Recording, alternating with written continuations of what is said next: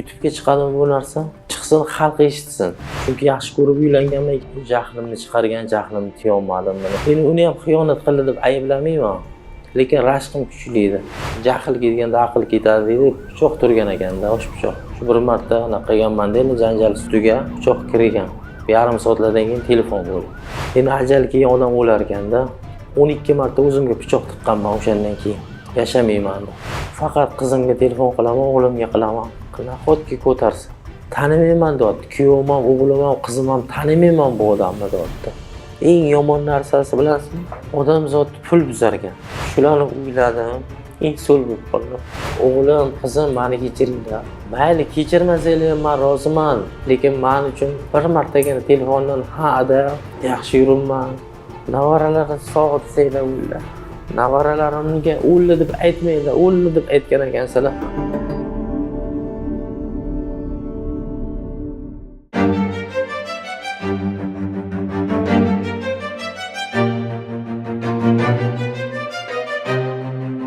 Bir 1973-yil Qashqadaryo viloyati Shahrisabz shahrida tug'ilganman. 8-sinfgacha o'qiganman. O'sha vaqtdagi kollejlarga o'qiganman. Keyin shu taqdir taqozosi bilan Toshkentga kelganman. Uylanib, albatta, kvartira, oila uylangandan keyin olib kelganman. Qiynoqqa o'smagan ayolim. Bir o'g'il, bir farzandli bo'ldim. Shu Toshkent shahriga kelib, Urizor bozoriga ishchi bo'lib, o'zimni do'konimda ishladim. 25 yildan oshiqroq ishladim. Orada ko'p qavatli domga yashadik, keyin uchastkaga turdik. Bolalar katta bo'lishdi, uylantirdim. O'g'lim kattasi 92-yil, Jamshid ismi. 95 qizim bor. Yana boshqa bitta uchaska qurdimda, niyat qilib, chiroyli qilib, baland qavatli qilib qurdim. Endi o'g'lim uchun, qizim uchun qilganman o'sha narsani. Xullas, uchaska bitish arafasiga oilaviy janjal, hech sababsiz unaqa. Chunki yaxshi ko'rib uylanganman, ikkita opachasidan oldin uylanganman-da, yaxshi ko'rganim uchun. Jahlimni chiqargan, jahlimni tiya olmadim, nimadir bo'ldi. Oldin Yashnobod rayoniga uchaskaga yashardik-da, 4 so'tlik. Uni ham o'zim boshidan qurganman. Xullas uni sotadigan bo'ldik. Bu yoqdan Qibra rayonidan hozirgi Yashnobod u ham o'sha yerdan uchaska qurdim. Uchaskalar pashti tayyor bo'lgan edi, gazonni sepish qolgan edi. Sahrim bor edi, davlenam bilan. Sanatoriyaga borib keldim ayolim bilan. 15 kun pul to'laganmiz. Kelgan kunim pasport stolga bordim. Ana yangi pasport olish uchun. Borsam propiskangiz qo'yilmagan deyishdi-da. Tushunasizmi? Chunki ana eski uchaskadan yangi uchaskaga o'tish uchun propiskadan hammamiz chiqqan edik. Ular qo'ydirgan, menikini qo'ymagan ekanda. Ayb shu bo'ldi-da, shu janjalni boshlanishi. Endi nima sababdan qo'ymaganligini o'zi biladi, Alloh biladi. Nima sababdan qo'ymadi desam, u ham mana keltirib bera olmadi-da. Kerak emassan dedi menga, sansira. Keyin qizimga murojaat qildim. Shu pasportimni qo'yib ber, men mayli chetga chiqib bo'lsam ishlab kelaman, boshqa qilaman. Ko'zga ko'rmayman, 1-2 yil dedim. U ham yo'q dedi. O'sha eski uchaskamiz ayolimning nomida edi.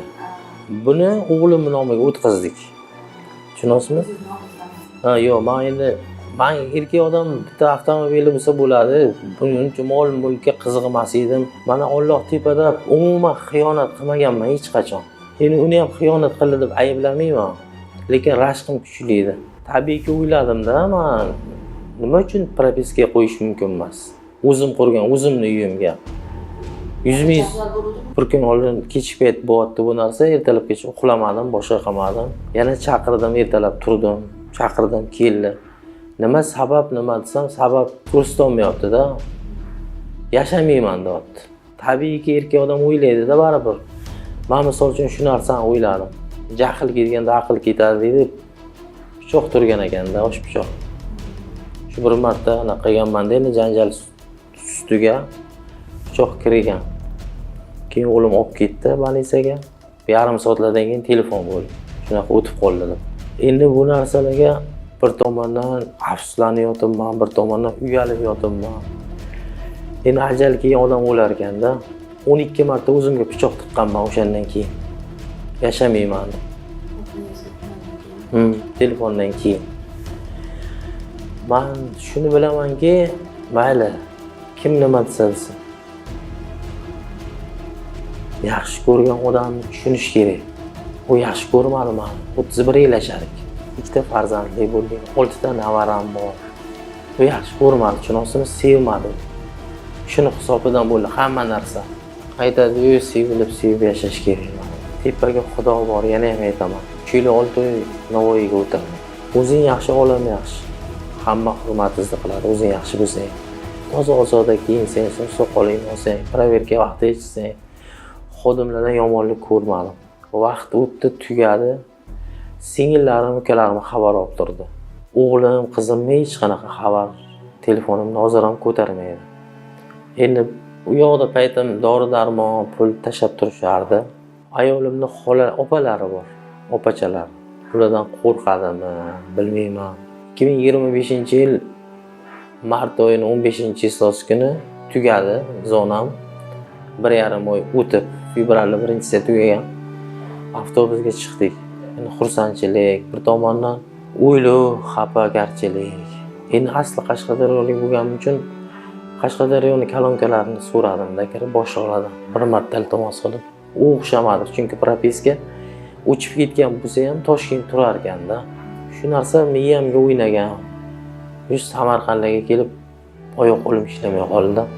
Keyin kechasi 12 kelgan Sergeli rayoniga kelgan bo'lsak, xodimlar olib borib Zangataga tashlashdi. 10 kun o'sha yerda yotdim. Ukalarim, singillarim qarashib turibdi. Keyin Ohangaron больницasiga kelib yotdim. 50 kuncha yotdim o'pshi. Qo'limga telefonim, faqat qizimga telefon qilaman, o'g'limga qilaman. Nahotki ko'tarsin.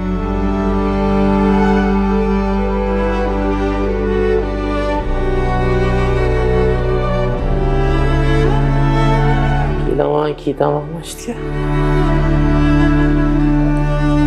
Tomonim ishlamaydi. Xodimlar yaxshi.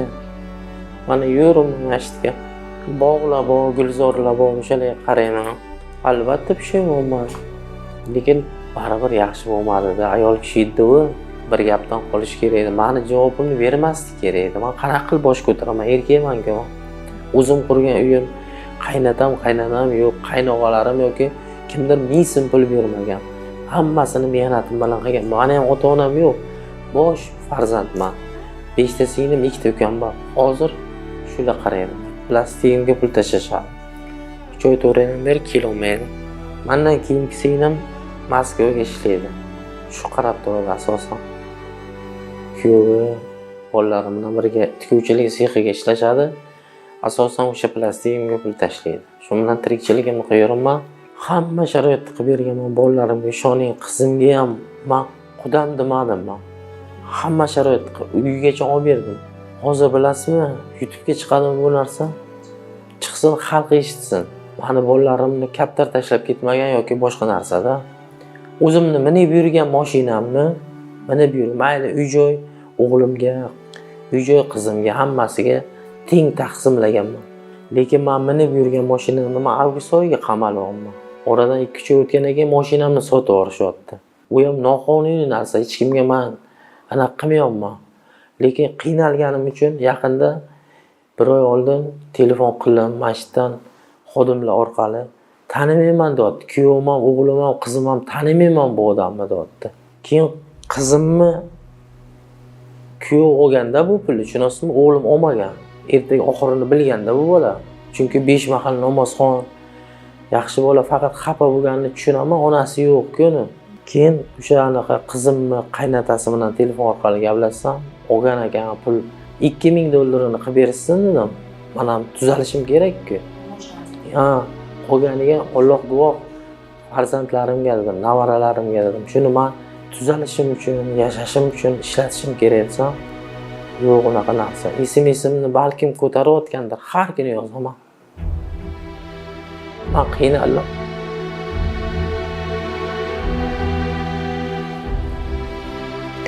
Shularni o'yladim. Insul bo'lib qoldim. Birinchisini o'tirgan joyimizni zonaga o'tkazdim oyoqqa. O'zim bilardim. Hozir ham davlinam 200 bo'ladi. Eng yomon narsasi bilasizmi? Odam zoti pul buzar ekan.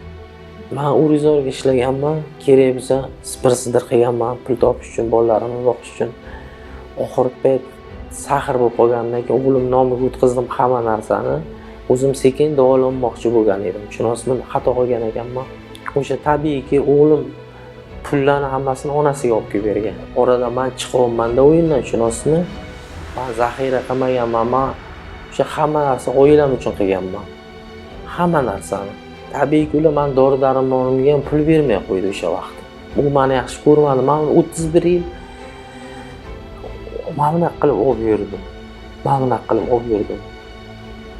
Mashina olib berdim. Qishloqda oddiy ayoli. 8-mart. Hamma narsasi bor edi, sotirlar taqinchoq.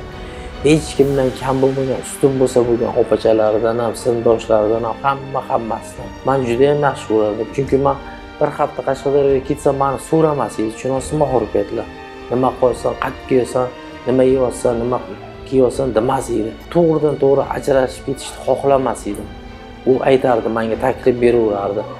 Yashamayman, ajrashaman, yashamayman. Tabiiyki o'ylaysiz, bundan ko'ra tuproqqa berib qo'ydigan xayollar o'tardi boshimdan, miyamdan. Tushunasizmi? Hech qanday dalil yo'q, hech qanaqa uni orqasidan meni yomonlolmayman. Yo'q, hech qachon xohlamayman ham.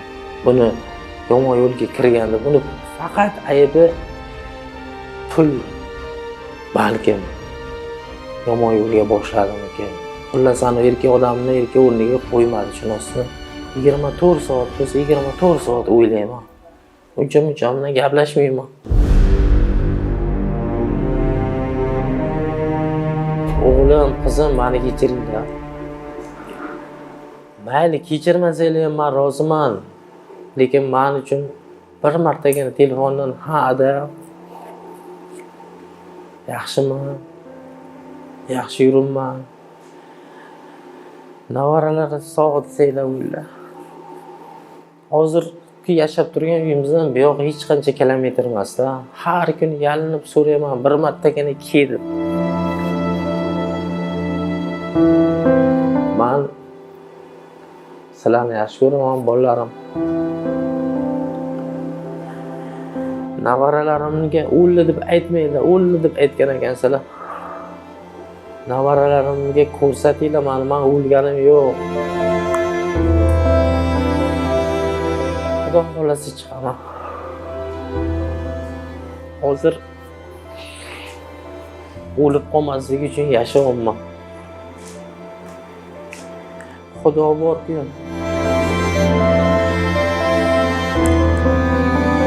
Bir marta telefon qilgan paytim Xurshida qizim, Nilufar navaram ko'tardi.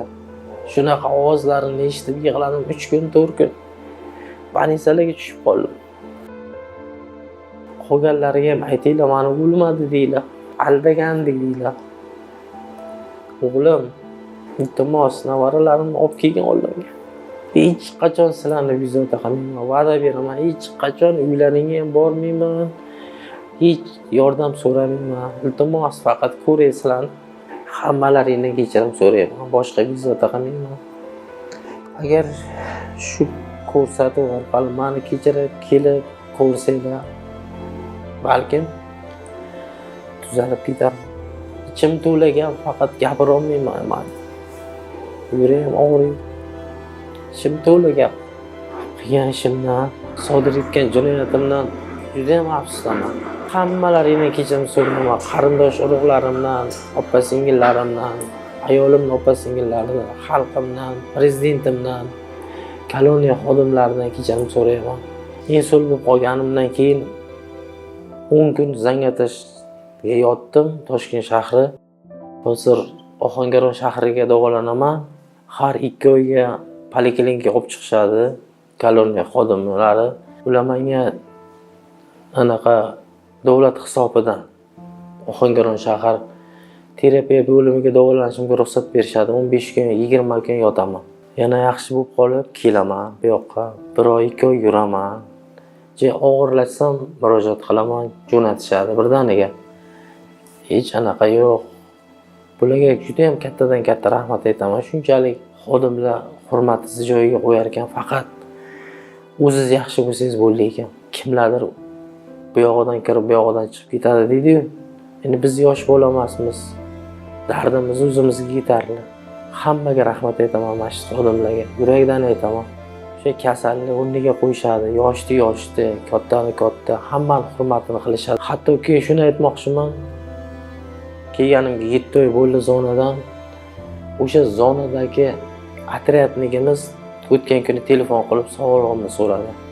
Demak, men yaxshidirmanki, o'sha inson qanaqa qilibdir telefonimni topib, "Sog'lig'ing yaxshimi aka? Yaxshi yuribsanmi?" so'radi. Qanchalik xursandchilik. Yaxshidirman so'ragan. Yomon bo'lsam, qancha inson bor bu yoqqa. Juda ham xursand bo'ldim, ishonasizmi? Bolalarim sog'.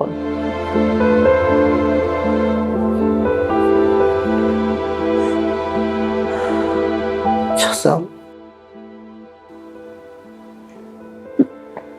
qamalib o'tgan vaqtim katta navaram maktabga chiqish uchun kiyim olgan edi. Bilmadim, hozir nechinchi sinfga o'qiyapti. Shunaqa sog'inam.